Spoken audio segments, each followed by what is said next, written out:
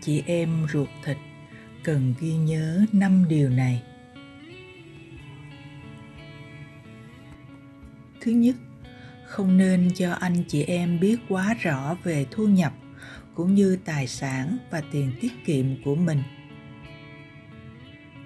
Nhiều người chỉ nhìn thấy sự sang trọng, an nhàn của người khác ở bề ngoài, chứ không hề biết được tường tận bên trong hay những khó khăn vất vả mà người đó phải trải qua ra sao. Anh chị em trong nhà cũng vậy. Sẽ có người luôn có ý nghĩ rằng anh chị em mình giàu có lắm, nhiều tiền bạc và dư dả của cải lắm, nên cứ chực chờ để viện cớ nhờ vả những chuyện vô cùng to tát. Để rồi khi bị từ chối, họ liền cảm thấy phật ý, buồn lòng và cho rằng anh chị em không thương mình, không tốt bụng với mình. Cần nên biết, anh chị em, mỗi người có một cuộc sống khác nhau, tính cách khác nhau, nhận thức khác nhau, cho nên quan điểm về mọi thứ trong cuộc sống và cách thức chi tiêu cũng sẽ khác nhau. Có người thì luôn chi tiêu tiết kiệm, vén khéo, liệu cơm gấp mắm trong khả năng thu nhập của mình. Nhưng cũng có người lại không biết tính toán cân đối thu chi, cứ ăn uống mua sắm xả láng và vay nợ quanh năm.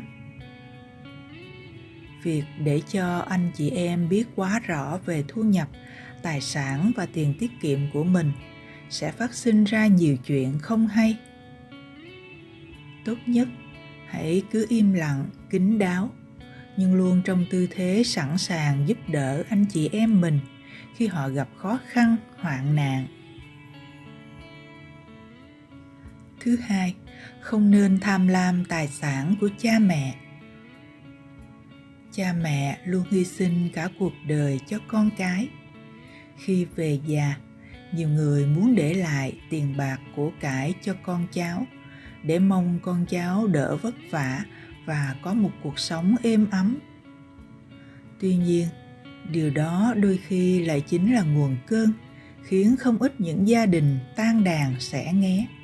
Tình cảm anh chị em không còn vì tranh giành nhau tài sản của cha mẹ để lại.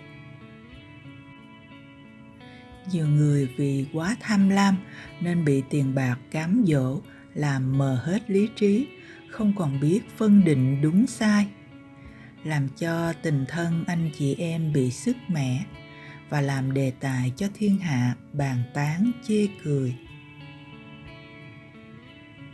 Thứ ba, không nên can thiệp quá sâu vào cuộc sống cá nhân của từng người.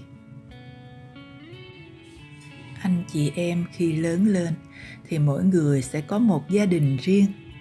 Ở đó họ sẽ có câu chuyện của gia đình nhỏ của họ, có hạnh phúc và cũng có cả những nỗi buồn lẫn khó khăn, vất vả, biến cố. Vẫn biết anh chị em ruột thịt trong nhà thì nên quan tâm, sẻ chia với nhau về nhiều thứ.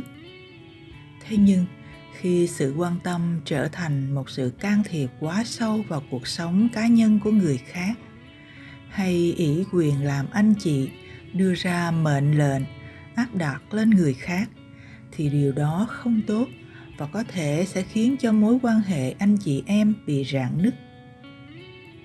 Do đó, cần ý thức, dù là ruột thịt thân thiết, nhưng mỗi người đều có cuộc sống riêng, mái ấm riêng. Cần biết xác định giới hạn của mình và tôn trọng những vấn đề riêng tư của người khác. Thứ tư, không nên tùy tiện vay mượn tiền bạc anh chị em trong nhà. Việc giúp đỡ nhau giữa anh chị em trong một nhà là điều tốt và đáng trân trọng. Tuy nhiên, đó không phải là trách nhiệm hay nghĩa vụ của bất kỳ một cá nhân nào.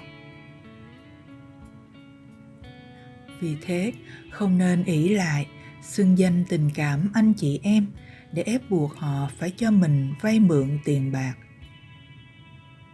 Tiền bạc vốn là vấn đề rất nhạy cảm.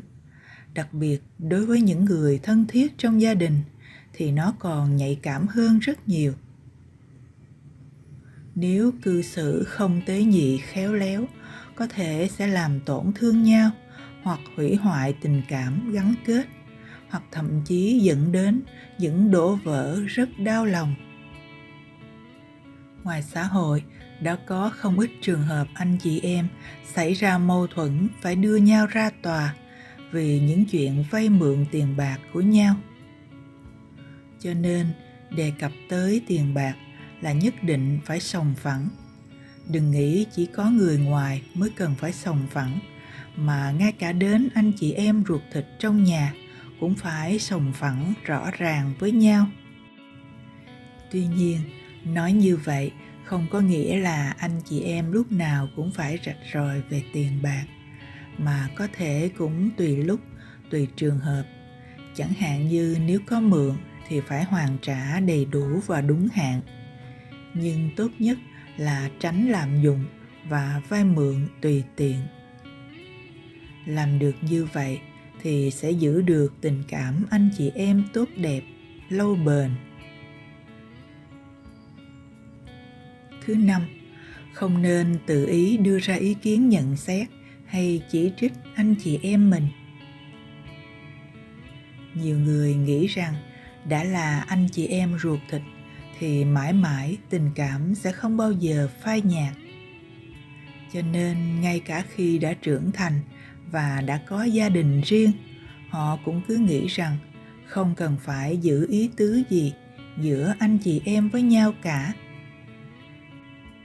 Điều đó là không đúng.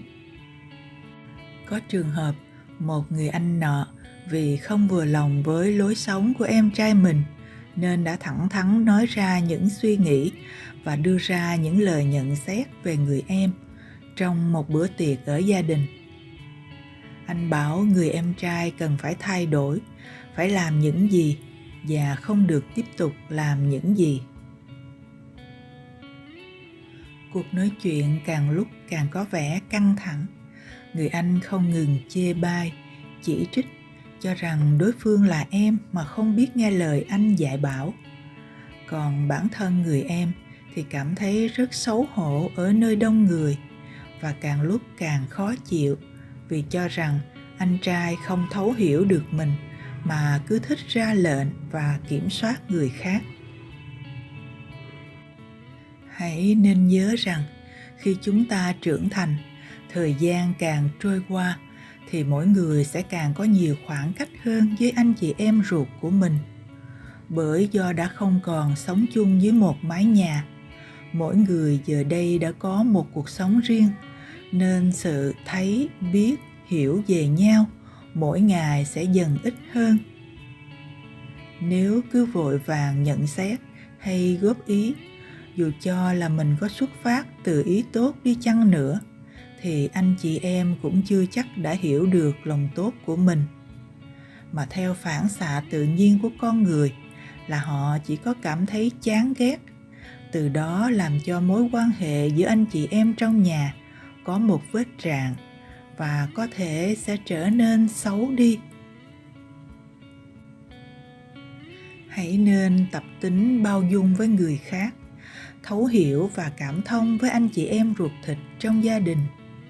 Dẫu cho ta có là người chính trực và luôn nghiêm khắc với chính bản thân mình,